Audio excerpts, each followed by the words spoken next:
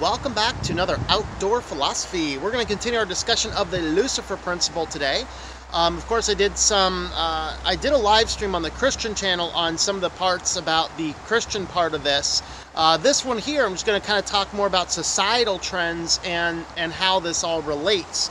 Now, this section is entitled, One Man's God is Another Man's Devil. And of course, as you may elucidate from the title, it is about this us versus them mentality. This is why this is such a big, important topic today, is because our entire world moves and lives and breathes us versus them. You know, groups like Anonymous talk about the elite, conspiracy theorists, they are hiding things, they, and who is they? Who is this they? It's this mysterious they. But the reality is there is a they. And sometimes it is who you may think it is, sometimes it is not who you may think it is. And that's kind of part of the reality, is that one of the ways that divides a people, or one of the ways to conquer people, is to divide them.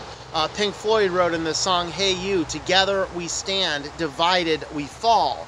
And that's a true reality of things, in that as we are considering life, we have to look at, are we being divided into an us versus them? And this is the pattern of a lot of things in life, even among the more spiritual ends of things. Obviously, Old Testament, us versus them, you know, everyone has to kill each other. The more New Testament view or modern religious view is us versus them, is to cast hatred upon other people. And that's not even what the Christian view is to hate other people. But again, we can discuss that on the other channel. What I want to talk about here today is how does this relate to humanity, society, maybe operating systems, who knows. Of course, at Switch to Linux, I spend a lot of time saying, you know, use Linux where you can instead of Windows. There's this us versus them. Us in the Linux versus them versus Windows, and them versus Mac.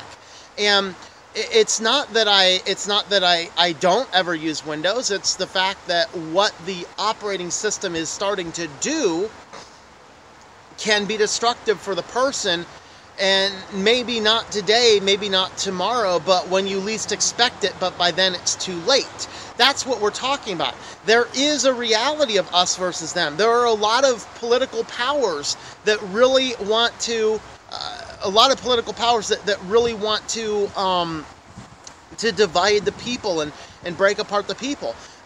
There is, inside of operating systems, like your software as a service type things, your streaming services, Netflix, Hulu, Amazon Prime, your music services, Spotify, once again, Amazon Prime, Apple Music, Pandora, all these things. These groups all want to fabricate an us versus them.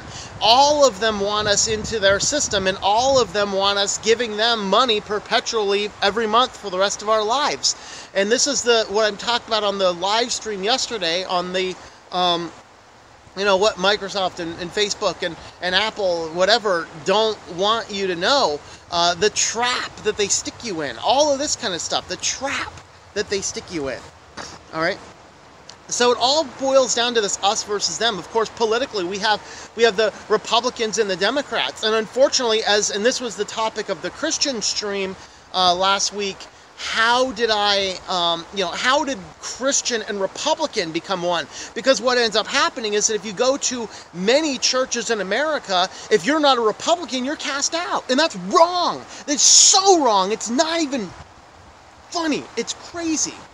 But we have developed this us versus them, Republican versus Democrat, and we've gotten down to the point to where churches can simply, they don't even have to say a candidate. They're not allowed to, but they don't even have to say a candidate. It's assumed that everyone in the church is going to vote for the Republican, and if they don't, then there's something wrong with their faith. Well, yeah, I don't want to get more on that topic. I did an entire stream on that. But let's talk about this us versus them in light of one man's God being another man's devil. So, of course, in the us versus them section, we start with a quote from Richard Feynman. Nature sees only the longest threads to weave her patterns, so each small piece of fabric reveals the organizations of the entire tapestry. And the entire overarching principle of this section is that colonies, cultures, people, groups will unite themselves into different factions. There is an Adventures in Odyssey about the Tower of Babel, and they say in there that, it comes to this. The human race will now split into groups in war with one another. And that's the reality that has happened, is we have this base on moving towards one versus another. And of course, in the section here, they're talking about how gangs arrive, how white blood cells attack the invading intruders in our bodies. Obviously, that's a good thing for us to live, but realize that for a wolf to survive in nature, we talk about saving the animals. For the wolf to survive in nature, he must kill another creature. Okay, so they say in here, Harvard's E.O. Wilson says, xenophobia is the fear of hatred of interlopers in a universal of higher animals. So the xenophobia is this hatred of something different. Of course, xenophobia in race leads to racism, and that's obviously a bad thing. We don't want to have us versus them based on the color of your skin or even on your faith or things like that.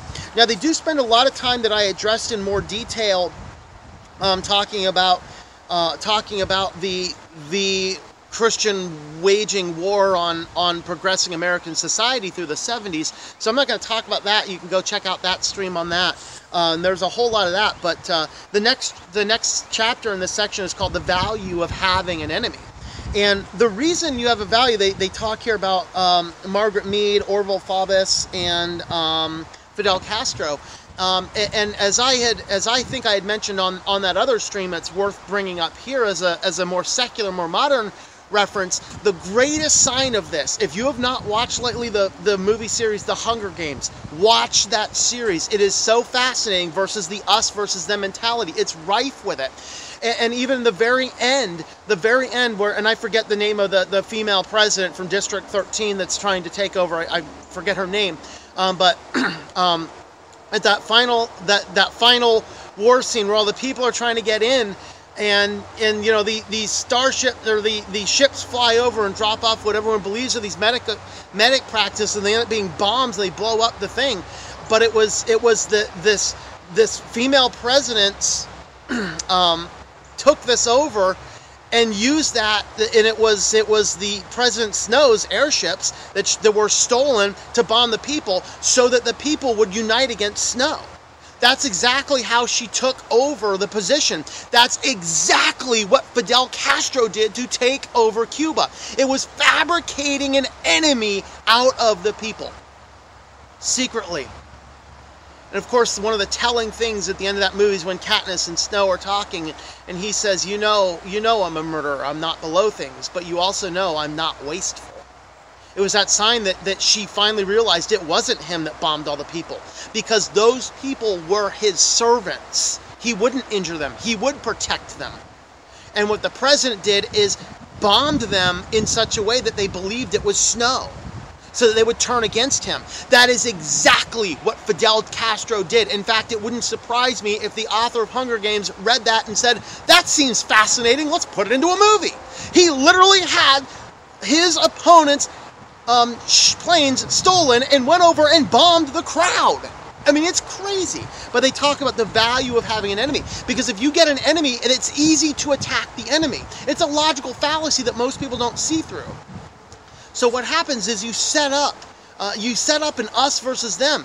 And this is why the churches getting involved in politics is so destructive. When you sit there and go, oh, well, you got to vote for the Republican because you're a Christian. Holy cow, do you enter in a lot of atrocities. But again, I did a whole stream on that topic. I apologize, I keep going back to there. But the value of having an enemy is it's very easy to blame things. The burning of Rome, Nero wanted to blame another group to cast hatred on them. So this is rife without history. The value of having an enemy is that it motivates the people against your common enemy. It can bring you together in that such a way. And then they talk about a perpetual trick that manufactures devils. This is again, I just can't bring it up without bringing in that this is what a lot of modern Christianity religion does, which isn't remotely close to what the Bible teaches, but it's unfortunately what we find in the majority of churches in America and probably in other places around the world, is where you end up manufacturing hatred, and there is a very perpetual track, and that is to say, I am the leader, you don't know any better, so just listen to me. That's kind of the footnote about what it is. And then the final section here talks about how hatred builds the walls of society. And one of the things that they resonated here is I used to do a lot of camp counseling work, and one of the things they mentioned there is that this researcher group studied these kids at a summer camp, and if you're an older guy like me, you might remember the Nickelodeon show Salute Your Shorts, right? Reminiscent of that. You got the bully, you got the nerd, you got the sidekick, you got all these kind of guys. And so what they did is they took all these kids and then they watched them from day one and watched how they broke into their organism, and then they divided the kids up again, where they took all of the kids who were the alpha males in their cabin, and they put them all in their own cabin. They took the cabin of nerds and put them in their own cabin, all these, and it wasn't this perfect unity where everybody was the same. The same thing happened again. They broke apart again into the same group. You ended up with a bully, you ended up with an alpha male, you ended up with a nerd, you ended up with the class clown, you ended up with all these things. Societies organize themselves. Of course, they looked at the ant colonies, how the ant colonies and bee colonies do this. If the queen dies, another worker rises from the ranks and becomes the new queen. They mention in here the story of Ulysses S. Grant, who was an absolute failure in all aspects of his life and was an alcoholic. He volunteered in the Civil War, went off to become a general and eventually president. And they say because inside of all of us is this potential. And one of the things, another thing they had mentioned in there is the stem cells. I'm not sure they mentioned them specifically as stem cells, but or if they specifically call them embryonic cells. I can't remember. I'm not going to look for it. But anyway, it boils down to stem cells. The value of doing the stem cell research, and the reason people want to do stem cell research, is because a stem cell has within it, it's what is called a pre-differentiated cell. It can become any type of cell no matter where you put it. Now that means it could become a good cell or it could become a bad cell. And so you have this entire concept of everybody and everything has within it the potential to do whatever they need. Sometimes in a tragedy, the most reticent, quiet guy in the background who never acts without thinking could rise up to be the leader and the star who saves thousands of lives. There's a fascinating movie, Simon Birch, with that general kind of principle. Of course, this bus of little kids goes down into this frozen stream, not too much like the one behind me. It's not frozen here though, but this bus of kids goes down there, and the little kind of outcasty kid ends up saving all of the children, mostly because of his small size. So you get that type of thing that all of us have within us, the potential. So all right, we talked about that book. How does this relate to how we can live in society? How does this relate to outdoor philosophy on Switch to Linux? Well, the best thing is first identify the us versus them and cast it out. Us versus them is meant to divide people, and we don't want to be divided. What we need as a nation and as a world is to not have that much division, to recognize that we can serve together side by side with fundamentally different beliefs, whether they be religious beliefs or sociological beliefs or educational beliefs or things like that. We need to live inside some form of unity in our life. And the powers that would want to divide us are causing us more damage than they are helping us. But they're causing us damage by manufacturing enemies. You get a guy in the Apple ecosystem hates the Windows ecosystem. The guy in the Windows ecosystem hates the Apple ecosystem. And, some of us are sitting here watching all of it going, why are you dedicating yourself to any one ecosystem? That's kind of the thing. And that's kind of why I choose to do a lot of those things myself. I don't want to be tied into an Apple or a Windows ecosystem. And that's why one of the reasons I use Linux is because it doesn't tie me to an ecosystem. I can choose to go Ubuntu or Fedora, and I have very little difference no matter which direction I want to go. And so there's a lot that can be said for that kind of stuff. The next thing, obviously, is rise up as a leader. Ask yourself, do you need to make some changes in your life for the betterment of your life, your family's life, or anything else? If you're been fighting your whole life to fighting your whole life just to struggle through making it, is there anything you can do differently? Is there any other different personality, different trait, different action, different attitude you can tap into? Look for those in your life. Think about how you could take on a new skill, learn something new, spend some more time online just learning different software, learning different hardware, learning different stuff. Give yourself more skills. Don't be divided, be united. And within each one of us is the ability to do different things. Ask yourself, are you in a self-imposed role, or are you in a role you want to be in? Those are those fundamental things. So thanks for watching. If you'd like to help support the channel, you can check out switchlinks.com/support. There's all the ways there to help support the channel. You can check out the Amazon links down below. If you ever buy anything on Amazon, you can use my affiliate link. It doesn't cost you anything extra, but Amazon will send a small portion of that sale to help support the channel. Also can get things like t-shirts, coffee mugs, things like that at shop.switchlinks.com. That's going to redirect you to Spreadshirt, where you can pick up a variety of different things. I also have shopping bags on it too. And you can also check me out on Patreon. Thanks for watching, and